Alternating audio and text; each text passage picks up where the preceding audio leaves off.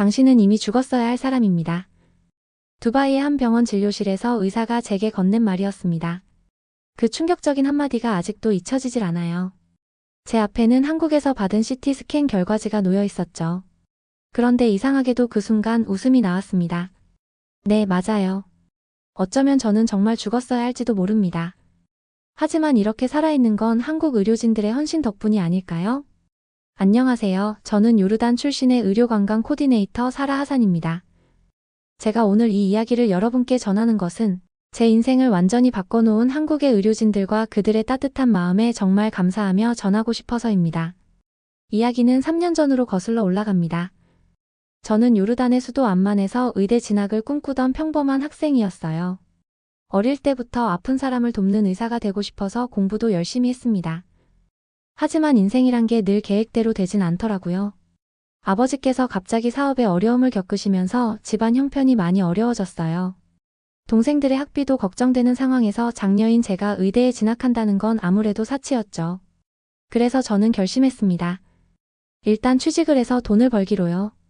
마침 두바이의 한 국제병원에서 아랍어와 영어가 가능한 의료관광 코디네이터를 찾고 있었어요. 의료 지식에 관심이 많았던 저에게는 딱 맞는 자리 같았죠. 하지만 그때는 몰랐어요. 제가 그토록 많은 환자들을 소개해 주었던 한국 병원이 결국 제 생명을 구하게 될 거라는 걸요. 게다가 두바이는 요르단과 비교하면 훨씬 급여가 높았어요. 엄마, 걱정하지 마세요. 제가 돈 벌어서 꼭 아빠 사업 다시 일으킬 수 있게 도와드릴게요. 공항에서 눈물을 흘리며 저를 배웅하시는 엄마를 안아드리며 한 약속이었죠. 그렇게 저는 두바이행 비행기에 올랐습니다. 두바이에서의 생활은 생각보다 고단했어요. 하지만 저는 운이 좋았습니다. 제가 일하게 된 국제병원은 전 세계에서 의료 관광객들이 찾아오는 곳이었고, 그러다 보니 다양한 세계 의료진들을 접할 수 있었어요. 그 중에서도 가장 인상적이었던 건 세계 최고 수준의 의료 시스템을 자랑하는 한국의 의료진들이었어요. 사라, 이 환자분은 서울의 큰 병원으로 연결해주면 좋을 것 같아. 한국의 의료 수준이 얼마나 뛰어난지 너도 알지? 처음에는 저는 잘 이해가 되지 않았어요. 왜 중동의 부자들이 굳이 그 먼 한국까지 가서 수술을 받으려 하는 걸까? 두바이에도 좋은 병원들이 많은데도 말이에요. 그런데 한국 의료진들과 일하면서 그 이유를 하나둘씩 알게 됐습니다. 한국의 의료진들은 환자 한 명 한 명의 차트를 꼼꼼히 검토하고 치료 계획을 세우는데도 정말 신중했거든요. 안녕하세요, 사라 코디네이터님. 이번에 의뢰하신 환자분의 MRI 결과를 봤는데요. 추가로 몇 가지 검사가 더 필요할 것 같습니다. 서울의 한 대형 병원 의료진과 화상회의를 할 때마다 느꼈어요. 그들은 진단 하나하나가 얼마나 중요한지 잘 알고 있었죠. 때로는 현지 병원에서 놓친 부분들도 날카롭게 짚어내곤 했어요. 특히 잊을 수 없는 건 아랍에미리트의 한 왕족분의 케이스예요. 심한 두통을 오랫동안 앓았다고 했는데 우리 병원에 오기 전 현지 최고의 병원들을 다 돌아다니며 검사를 받았지만 두통의 원인을 끝내 밝혀내지 못했다고 했어요. 그런데 한국 의료진은 이 환자를 위한 첫 번째 화상회의에서 MRI 영상만으로 두통의 원인을 정확히 찾아낸 거예요. 진단은 뇌종양 초기였어요. 다들 정말 놀랐죠. 어떻게 그렇게 빠르게 진단을 할 수 있었는지 매우 신기해했어요. 한국 의사 선생님의 설명은 인상적이었어요. 환자분의 MRI를 살펴보니 평소 두통의 양상과 어지럼증이 나타나는 위치가 일치하는 지점이 있었습니다. 그래서 그 부분을 좀 더 자세히 들여다보니 초기 종양이 발견된 거죠. 사소한 증상 하나하나가 다 의미가 있거든요. 또 잊지 못할 케이스가 있어요. 요르단에서 온 12살 소녀였죠. 선천성 심장병으로 여러 나라 병원들에서 수술이 어렵다는 이야기만 들었다고 했어요. 그런데 한국 의료진은 3D 프린팅으로 환자의 심장 모형을 만들어 수술 계획을 세웠고 결국 성공적으로 수술을 마쳤어요. 수술 후 소녀의 아버지가 우시면서 하신 말씀이 아직도 기억나요. 다른 나라에서는 불가능하다고만 했는데 한국 의사들은 방법을 찾아냈습니다. 어떻게 감사를 해야 할지 모르겠습니다. 그때부터였을까요? 저는 한국의 의료 시스템에 완전히 매료되었어요. 언니, 나도 언젠가 한국에서 공부하고 싶어. 같이 일하는 한국인 선임 코디네이터 지수 언니에게 종종 이런 말을 하곤 했죠. 지수 언니는 그때마다 웃으면서 그럼 열심히 배워라고 말해주곤 했어요. 하지만 그때까지만 해도 전혀 몰랐지요. 제가 그토록 동경하던 한국의 의료 시스템을 이렇게 빨리 그것도 제 생명과 직결된 문제로 경험하게 될 줄은 상상도 하지 못했죠. 그날도 평소와 다름없는 하루였어요. 아침 일찍 출근해서 환자들의 예약을 확인하고 각국 의료진들과 연락을 주고받는 일상이었죠. 그런데 이상하게 그날따라 자꾸 어지러웠어요. 사라, 얼굴이 많이 안 좋아 보이네. 어디 아파? 점심시간에 지수 언니가 걱정스러운 얼굴로 물었어요. 사실 며칠 전부터 미세하게 어지럽고 구토 증상도 있었거든요. 하지만 업무가 많다 보니 단순히 피곤해서 그런가 보다 하고 넘겼죠. 괜찮아요, 언니. 그냥 좀 피곤한 것 같아요. 그렇게 대답은 했지만 속으로는 불안했어요. 의료 코디네이터로 일하다 보니 이것저것 알게 되는 것도 많았거든요. 구토와 어지럼증이 지속되는 건 좋은 신호가 아니라는 걸 저는 잘 알고 있었죠. 결국 지수 언니의 강권으로 저희 병원 신경과에서 검진을 받았어요. 의사 선생님은 제 증상을 듣고는 MRI 검사를 권하셨죠. 검사 비용이 만만치 않았지만 병원 직원 할인도 있고 해서 받아보기로 했어요. 하산 씨, 검사 결과에 특별한 이상은 보이지 않네요. 아마도 스트레스와 피로 때문일 거예요. 우선 진통제를 처방해 드릴게요. 그렇게 첫 번째 검진은 끝났어요. 하지만 약을 먹어도 증상은 나아지지 않았고 오히려 점점 더 심해졌어요. 특히 아침에 일어날 때면 세상이 빙글빙글 도는 것 같았고 간단한 아침 식사조차 힘들 정도로 구역감이 심했습니다. 어느 날은 사무실에서 갑자기 현기증이 심하게 와서 쓰러질 뻔했어요. 다행히 지수 언니가 재빨리 저를 부축해줬죠. 이러다가 큰일 나겠어. 사라야, 우리 한국에 한번 가보는 게 어때? 내가 아는 교수님을 소개해줄게. 지수 언니의 제안에 저는 잠시 망설였어요. 한국이라니. 비행기 값도 만만치 않을 텐데 엄두가 안 났어요. 게다가 그동안 모아둔 얼마 안 되는 저축액의 대부분을 이미 현지 병원 검사비로 써버린 뒤였거든요. 언니, 내가 지금 돈이 없어. 말끝을 흐리는 제게 지수 언니는 단호하게 말했어요. 돈은 내가 빌려줄게. 내 건강이 먼저지. 우리가 매일 환자분들한테 뭐라고 얘기하니 건강만큼 중요한 게 어디 있냐고 했잖아. 그런데 정작 너 자신은 살피지 못하면 안 되지 않겠어? 그렇게 저는 생전 처음으로 한국행 비행기에 올랐습니다. 인천공항에 도착했을 때가 기억나요. 늦은 밤이었지만 공항은 깨끗하고 정돈되어 있었습니다. 지수 언니의 친동생인 희수 씨가 마중을 나왔어요. 안녕하세요. 언니에게서 말씀 많이 들었어요. 언니가 많이 걱정하던데 내일 아침 일찍 병원에 가야 하니까 오늘은 일단 잠시 있고 우리 집에서 푹 쉬어요. 희수 씨는 저를 자기 집으로 안내했어요.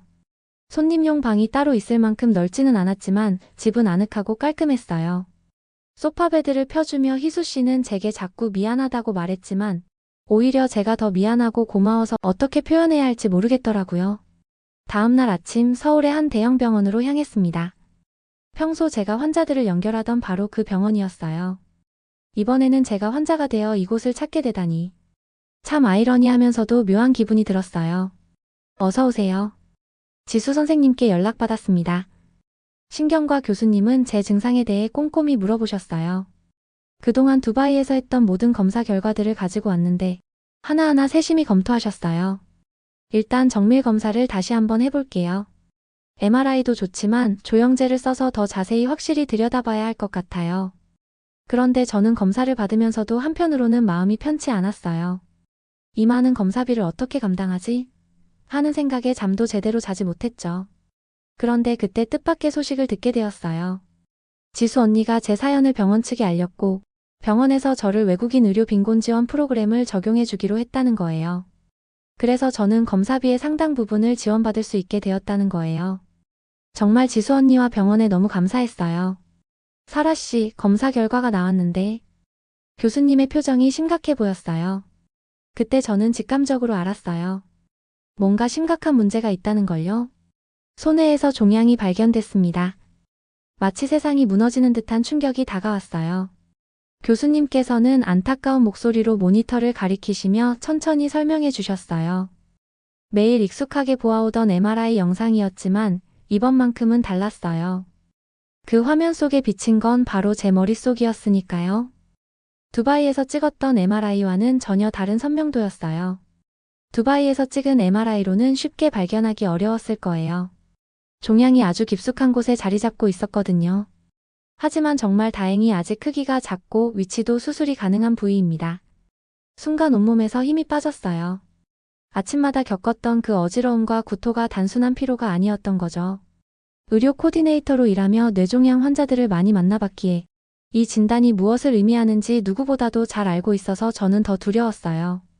수술은 언제쯤 할 수 있을까요? 저는 울음을 간신히 참으며 떨리는 목소리로 질문을 했어요. 가능한 한 빨리 하는 게 좋겠습니다. 일주일 정도 시간을 주시면 수술 준비를 하면서 더 정밀한 검사들도 몇 가지 추가로 진행할 수 있을 것 같아요. 그날 밤 저는 희수 씨의 집에서 정말 한참을 울었어요. 지수 언니에게서 전화가 왔을 때는 도저히 말을 잇지 못했죠. 하지만 언니는 이미 알고 있었나 봐요. 내일 첫 비행기로 갈게. 걱정 마. 너 혼자가 아니란 거 알지? 다음날 병원에서 제게 정말 예상치 못한 놀라운 제안을 해주셨어요. 제 사례가 의학적으로 중요한 케이스라며 수술비의 상당 부분을 병원에서 연구비로 지원해 줄 수 있을 것 같다는 거였어요. 사라 씨, 우리는 환자 한 분 한 분이 모두 소중합니다. 특히 사라 씨처럼 젊은 환자의 경우에는 더더욱이요. 이번 수술이 꼭 성공적으로 진행될 수 있도록 최선을 다하겠습니다.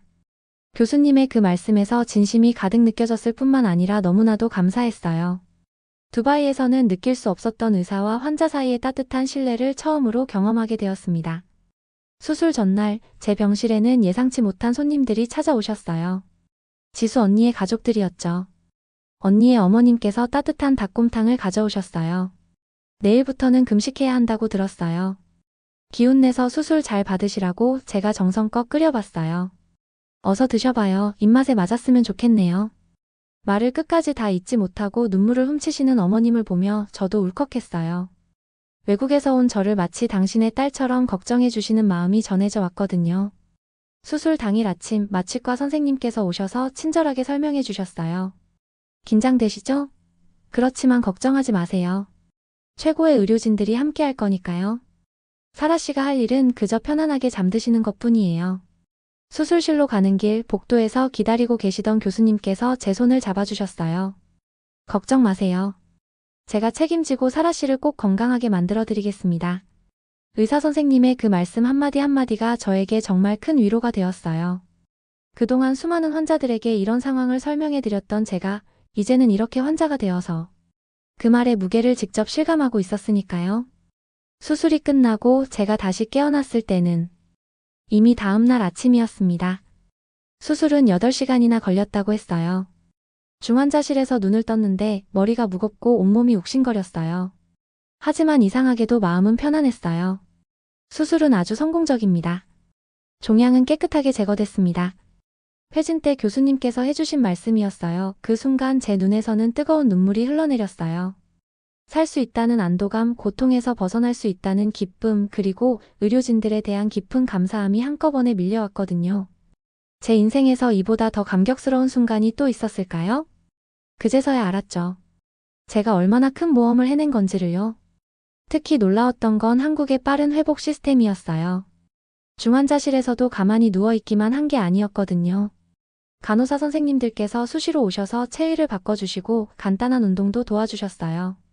사라 씨, 이렇게 조금씩 움직여줘야 회복이 빨라져요. 힘드시겠지만 조금만 더 해볼까요? 재활치료사 선생님의 말씀대로였어요. 수술 후 3일 만에 저는 벌써 일반 병실로 옮겨졌고 혼자서 화장실도 다녀올 수 있게 됐죠. 병실에서 지내는 동안 정말 많은 것을 깨달았어요. 한국의 의료 시스템이 세계 최고 수준이라고 자부할 만한 그 이유들을요. 의사 선생님들의 실력도 실력이지만 그 섬세한 돌봄의 시스템이 특별했어요. 오늘 새벽에 열이 몇 도였더라? 어제보다는 좋아지신 것 같은데. 밤마다 들리는 간호사 선생님들의 조용한 대화가 때로는 자장가처럼 들렸어요. 잠든 환자를 깨우지 않으려 발소리도 죽여가며 체크하시는 모습에서 환자를 향한 따뜻한 배려가 느껴졌죠. 퇴원을 앞두고 마지막 MRI 검사를 했을 때였어요. 영상을 보며 교수님께서 미소를 지으셨죠. 이제 정말 깨끗해졌네요. 사라 씨가 생각하는 그 꿈, 이제 다시 도전해보는 건 어때요? 교수님의 그 말씀이 제 인생의 전환점이 됐어요. 그래요, 제가 꿈꾸던 바로 그 일. 내 삶의 목표. 의사가 되는 것이었죠. 그동안은 형편 때문에 포기했던 꿈이었지만 이제는 달라졌어요. 두바이로 돌아가기 전 지수 언니와 마지막 차를 마시며 이야기를 나눴어요. 언니, 나 결심했어요. 한국에서 의대 준비를 해보려고요. 정말? 그럼 우리 더 자주 볼 수 있겠네. 실은 이미 준비를 시작했어요. 입원해 있는 동안 틈틈이 한국어 공부를 했거든요. 간호사 선생님들이 친절하게 가르쳐 주신 덕분에 기본적인 대화는 할 수 있게 됐죠. 퇴원을 하루 앞둔 전날, 저는 정말 뜻밖의 선물을 받게 되었어요. 병원 원장님께서 직접 찾아오셔서 제게 말씀하셨어요. 사라 씨의 사연을 들었어요. 우리 병원에서는 의료 인재를 양성하는 장학 프로그램을 운영하고 있는데 사라 씨를 추천하고 싶어요. 원장 선생님의 너무나 감사한 제안에 저는 몸둘 바를 몰랐죠. 그렇게 해서 저는 새로운 도전을 시작할 수 있게 되었어요. 두바이로 돌아가 일을 정리하고 부모님께 제 결심을 말씀드렸죠. 아버지, 어머니, 저는 한국에서 의사가 되고 싶어요. 그동안 두바이 병원, 그리고 한국의 병원에서 직접 저를 치료해준 선생님들을 보면서 느꼈어요. 한국의 의료진들처럼 저도 환자들에게 희망을 주는 사람이 되고 싶어요. 놀랍게도 부모님께서는 제 결정을 지지해 주셨어요. 오히려 그동안 제가 가족을 위해 너무 많은 것을 포기했다며 이제는 제 꿈을 위해 달려가라고 하셨죠. 지금 저는 한국의 의과대학 입학을 준비하고 있어요.